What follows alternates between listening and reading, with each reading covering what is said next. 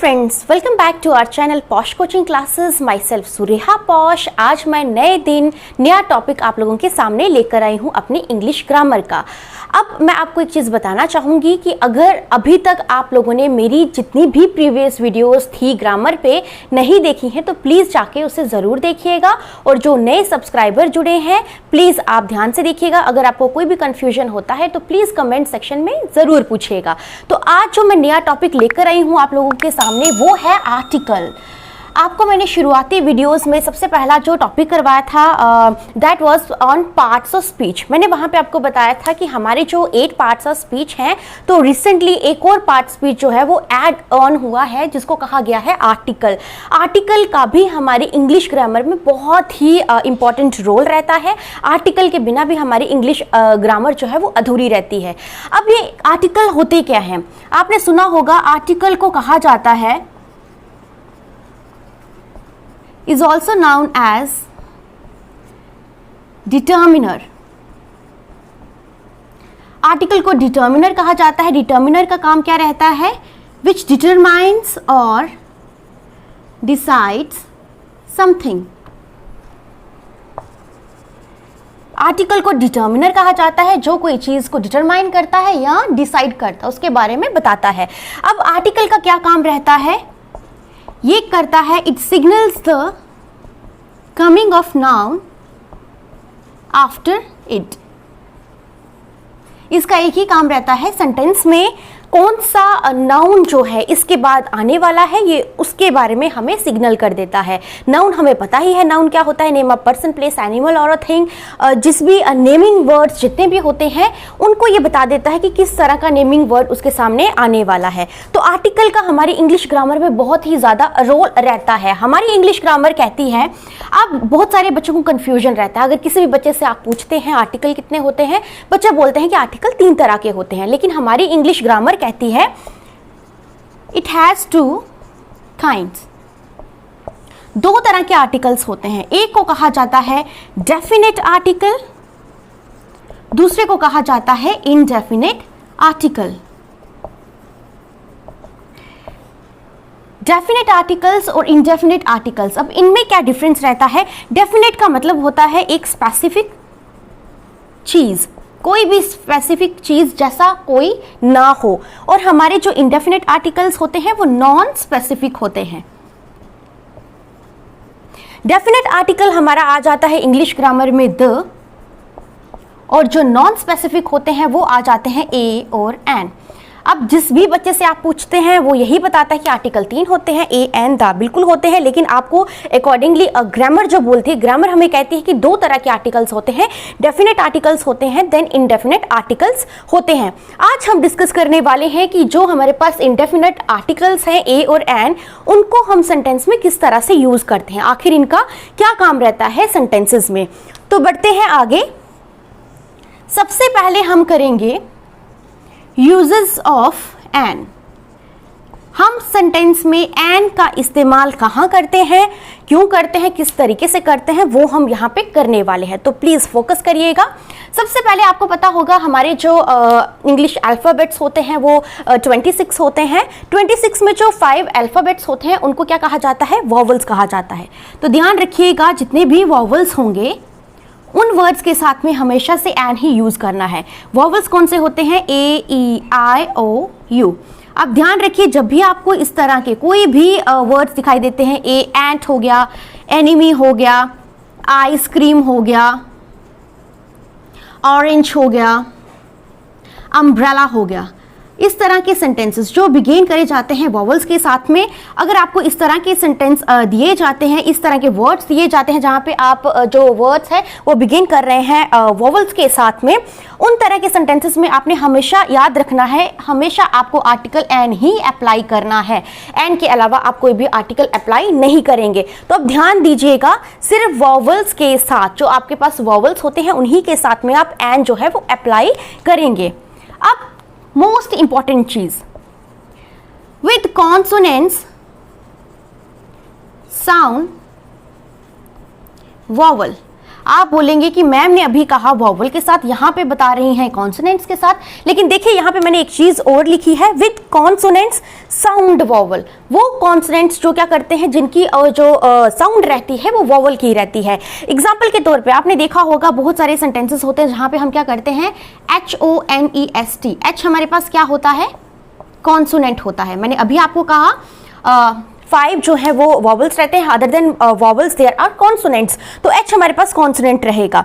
जब कॉन्सोनेंट की बात आती है तो कॉन्सोनेंट के साथ में हम कभी भी ए और एन जो है वो अप्लाई नहीं कर सकते। मैंने आपको अभी बताने की कोशिश करी है, मैं थोड़ा यहाँ पे लिखने की कोशिश करती हूँ ताकि आपको ज़्यादा क्लियर हो जाए। बहुत ही ज़्यादा सिंपल है, आर्टिकल बहुत ज़्यादा इंपॉर्टेंट है, प्लीज़ ध्यान दीजिएगा। अगर कोई कन्फ्यूजन रहेगी तो प्लीज़ ज़रूर पूछिएगा कमेंट सेक्शन में आके। देखिए मैंने आपको कहा HONEST, ये हो गया ऑनेस्ट। अब देखो एच हमारे पास क्या रहता है, कॉन्सोनेंट। मैंने अभी आपको कहा वॉवल के साथ में आपने एन लगाना है, लेकिन आप देखेंगे यहाँ पे भी आप एन लगाते हैं। क्यों एन लगाते हैं?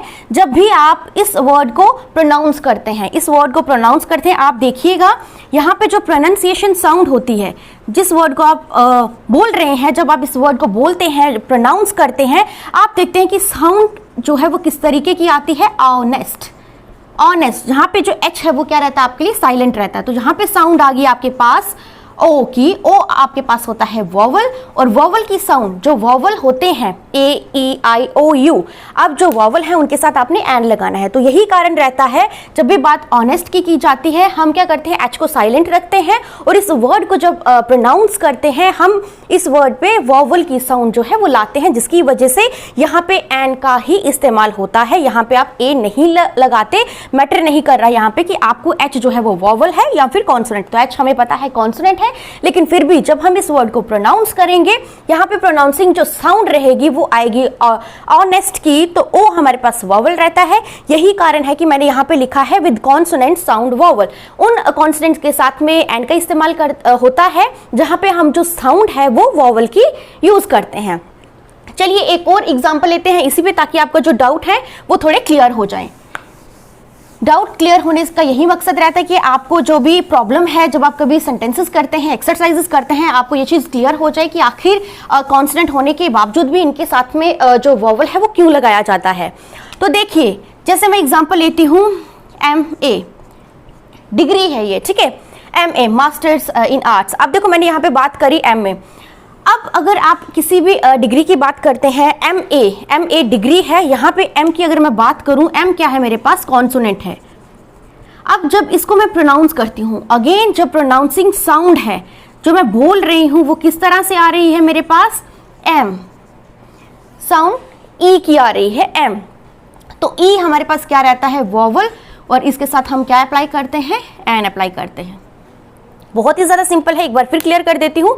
आपने देखा होगा हर एक एक्सरसाइज में एक सेंटेंस ऐसा ज़रूर आता है, mister Ramlal Chaudhary, mister Shyamlal Chaudhary is an MLA। तो क्यों MLA के साथ में जो वॉवल MLA के साथ में हमेशा एन क्यों लगाया जाता है? अब देखिए M जो है, जब भी हम इसको, इस वर्ड को, इस चीज़ को प्रोनाउंस करते हैं, हमेशा साउंड आती है M की। तो E जो है वो हमारे पास वॉवल रहता है। यही कारण है कि हम इनके साथ में क्या करते हैं, एन ही अप्लाई करते हैं। अदर देन एन हम इस चीज को नहीं ध्यान रख सकते कि ये जो है वो कॉन्सोनेंट है, हम इसके साथ ए लगाएंगे। तो डिपेंड क्यों, हमने ऐसा चेंज क्यों करा, क्योंकि जब हमने इस चीज को बोला, जब हमने इसको प्रोनाउंस करा, हमने देखा कि साउंड जो है वो किसकी आ रही है, वॉवल की आ रही है। और डिपेंड करेगा, जब आपके पास वर्ड्स जो है वो वॉवल के दिए गए होंगे, वॉवल अल्फाबेट्स के, या फिर अगर आपको साउंड जो है वो वॉवल्स की दी गई होगी, आपको उन्हीं चीज को ध्यान में रखना है और उन्हीं सेंटेंसेस में आपने आर्टिकल जो है एन को अप्लाई करना है।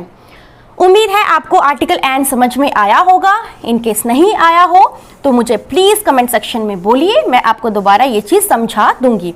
अब बढ़ते हैं आगे, मैं आपको बताऊंगी ए का इस्तेमाल, आर्टिकल ए का इस्तेमाल जो है वो कहाँ कहाँ किया जाता है। बहुत ही ज़्यादा सिंपल है, इसमें कुछ डिफिकल्टी वाली बात नहीं है, लेकिन बहुत सारे बच्चे कंफ्यूज हो जाते हैं, जिसकी वजह से वो अच्छे मार्क जो है वो स्कोर नहीं कर पाते आर्टिकल्स में। अब देखिए हम करते हैं यूजेस ऑफ अ का यूज कहाँ कहाँ होता है। सबसे पहले आप देखेंगे कॉन्सोनेंट वर्ड्स के साथ। अब कॉन्सोनेंट वर्ड जो है वो सिंगुलर होने चाहिए, ठीक है। कॉन्सोनेंट हमें पता है जब हमारे पास 26 अल्फाबेट्स हैं, 5 उनमें से वॉवल होंगे, अदर देन 5 बाकी जो हमारे पास बच जाते हैं उनको कहा जाता है कॉन्सोनेंट। अब जैसे एग्जांपल के तौर पे मैं लेती हूँ example, for an example a pen, a pencil etcetera. ठीक है, पी भी कॉन्सोनेंट है, पी भी कॉन्सोनेंट है, यहाँ पे कॉन्सोनेंट वर्ड है और सिंगुलर है, सिंगुलर अकेले हैं इसलिए हमने इनके साथ में आर्टिकल ए का इस्तेमाल करा। अगर प्लूरल हो जाए फिर उनके साथ में ए नहीं लगाया जाता, ए क्या है, एक क्वांटिटी बताई जाती है। ठीक है, तो यहाँ पे आप वो चीज़ नहीं लगाएंगे क्योंकि डिपेंड करेगा, अगर आपके पास कॉन्सोनेंट वर्ड्स जो है वो दिए गए होंगे लेकिन वो सिंगुलर ही होने चाहिए, तब जाके आप जो आर्टिकल ए है उसका अप्लाई करेंगे। ये बहुत ही ज़्यादा सिंपल है, तो यूजुअली सभी को ये पता होता ही होता है। अब देखिए आगे ए का अप्लाई कहाँ होता है। आपने देखा होगा बहुत सारे आपके पास एक्सक्लेमेटरी सेंटेंस होते हैं, बहुत सारे एक्सक्लेमेटरी सेंटेंसेस होते हैं। उन एक्सक्लेमेटरी सेंटेंसेस में, अब आपको अगर नहीं पता है एक्सक्लेमेटरी सेंटेंसेस क्या होते हैं तो प्लीज जाके मेरी प्रीवियस वीडियो जरूर देखिएगा, वहां पे मैंने आपको काइंड्स ऑफ सेंटेंसेस करवाए हैं जहां पे आपको क्लियर हो जाएगा कि सेंटेंसेस के भी कितने काइंड्स होते हैं। तो आपने देखा होगा जितने भी एक्सक्लेमेटरी सेंटेंसेस होते हैं, अब ध्यान रखिएगा आर्टिकल का काम रहता है, ये क्या करता है, नाउन कौन सा आने वाला है उसको सिग्नल कर देता है। अब जो एक्सक्लेमेटरी सेंटेंस है, यूजुअली एक्सक्लेमेटरी सेंटेंसेस में ए जो आपका आर्टिकल है वही अप्लाई होता है।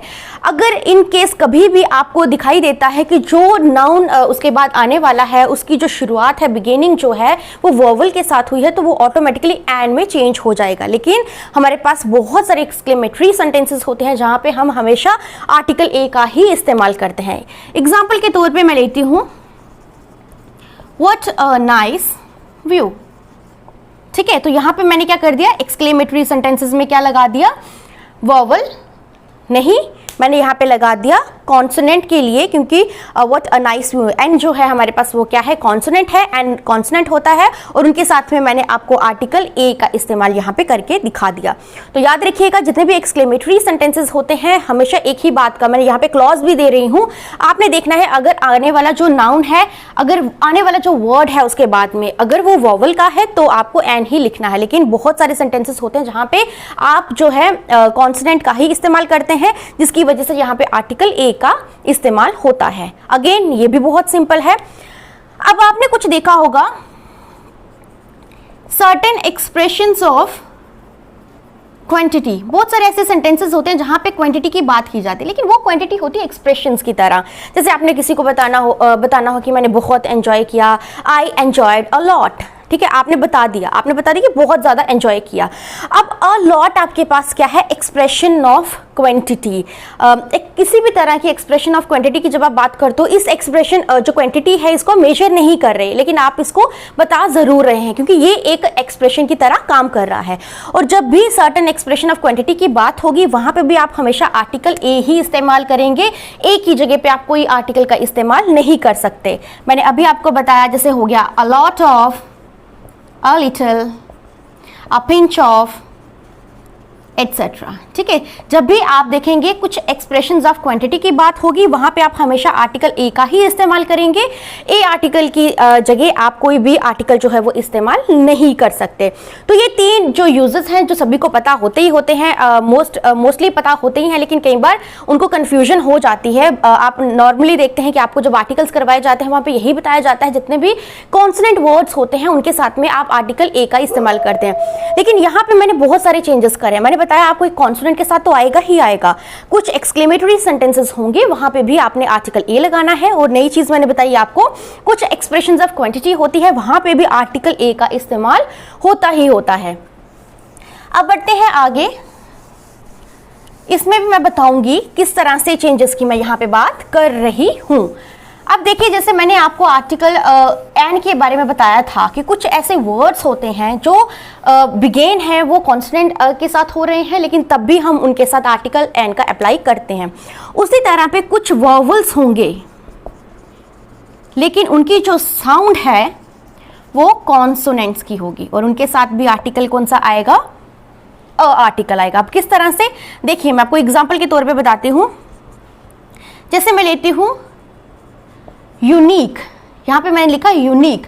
अब आप देखेंगे, आपने अभी मैंने आपको बताया कि जो वॉवल्स हैं, वॉवल्स होते हैं ए, ई, आई, ओ, यू, और कुछ बच्चे कंफ्यूज हो जाते हैं, इन्हीं को साथ में लेके चलते हैं, यू को लिख देते हैं कि हाँ यहाँ पे यूनिक हो गया तो इनके साथ आर्टिकल एंड का अप्लाई होगा। लेकिन नहीं, मैंने आपको यहाँ पे लिखा विद वॉवल्स, लेकिन साउंड किसकी है? कॉन्सोनेंट की। अब यहाँ पे साउंड की कैसे बात की जा रही है वो देखिए आप। यू जो हमारे पास रहता है वो है वॉवल, लेकिन जब आप इस वर्ड को प्रोनाउंस करते हैं, जो प्रोनाउंसिंग साउंड रहती है इस वर्ड की वो क्या रहती है? यू, वाई, ओ, ओ। अब जो वाई है, वाई आपके पास क्या रहता है? कॉन्सोनेंट रहता है। और जब भी बात कॉन्सोनेंट की जाएगी, आप क्या करेंगे? हमेशा जो आर्टिकल है ए वहां पे यूज करेंगे। फिर से मैं आपको बता देती हूँ, देखिए यहाँ पे मैंने आपको बताया यूनिक, यू हमारे पास आर्टिकल यू था, लेकिन फिर भी यहाँ पे वॉवल था, हमारे पास वॉवल दिया गया है ए, ई, आई, ओ, यू, यू हमारे पास वॉवल है, और वॉवल के साथ मैंने बताया आपको आर्टिकल एन का इस्तेमाल होगा। लेकिन यहाँ पे मैं आपको बोल रही हूँ, जब भी आप एन यहाँ पे लगाएंगे आपका सेंटेंस जो है वो इनकरेक्ट होगा।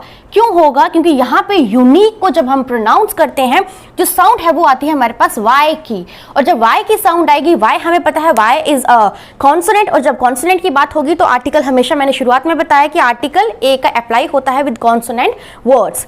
एक और एग्जांपल देखिए, मैं समझाने की कोशिश करती हूं। जैसे आप देखते हैं O N E, O N E, O N E, again O जो है हमारे पास वो क्या है? वोवल है। यहाँ पे मैंने लिखा ए, ई, आई, ओ, यू। अब नॉर्मली भी किसी बच्चे को इस तरह के एक्सरसाइजेस करने के लिए बोलते हैं आप, तो वन के साथ में हमेशा वो आर्टिकल एन का ही इस्तेमाल करेगा।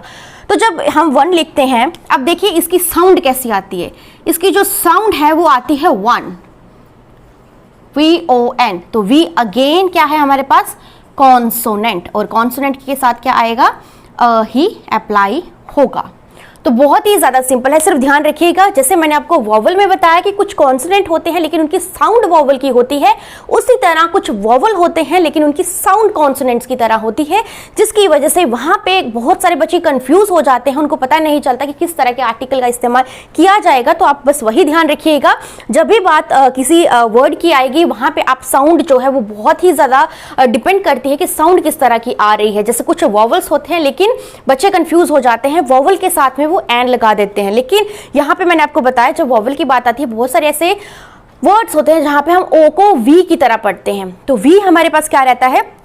कॉन्सोनेंट रहता है, जिसकी वजह से हम इसके साथ वॉवल को नहीं जोड़ सकते, और जब कॉन्सोनेंट की बात आएगी तो हम हमेशा आर्टिकल का इस्तेमाल करेंगे। उसी तरह मैंने यूनिक का बताया, बहुत सारे ऐसे वर्ड्स होते हैं जहाँ पे जो यू है उसकी जो साउंड है वो यू की आती है, यू मतलब वाई की साउंड आती है, और साउंड की वजह से वो जो सेंटेंस है वो वॉवल नहीं रहता है, वो कॉन्सोनेंट में चेंज हो जाता है। उसी तरह मैंने आपको बताया कि जो बहुत सारे ऐसे कॉन्सोनेंट वर्ड्स होते हैं, जब हम उनको प्रोनाउंस करते हैं उनका भी मीनिंग जो है वो चेंज हो जाता है। जैसे मैंने ऑनेस्ट का बताया आपको, MA का बताया, और भी बहुत सारे ऐसे वर्ड्स हैं जिसकी वजह से जब साउंड पे आपने देखना है, डिपेंडेंसी रहती है हमारे जो वॉवल और कॉन्सोनेंट की साउंड पे। जो साउंड होगी उसी के अकॉर्डिंगली हम आर्टिकल्स जो है वो अप्लाई करने की कोशिश करेंगे।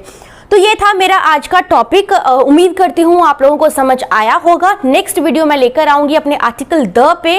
द थोड़ा डिफिकल्ट होता है, डिफिकल्ट भी नहीं होता है, लेकिन बहुत सारी ऐसी चीजें होती हैं जो बच्चों को समझ नहीं आता है, जो मैं समझाने की कोशिश करूंगी।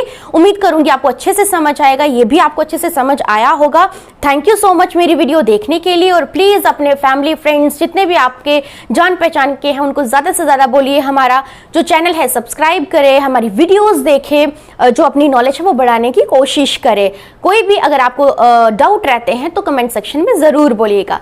Thank you so much, have a very nice day.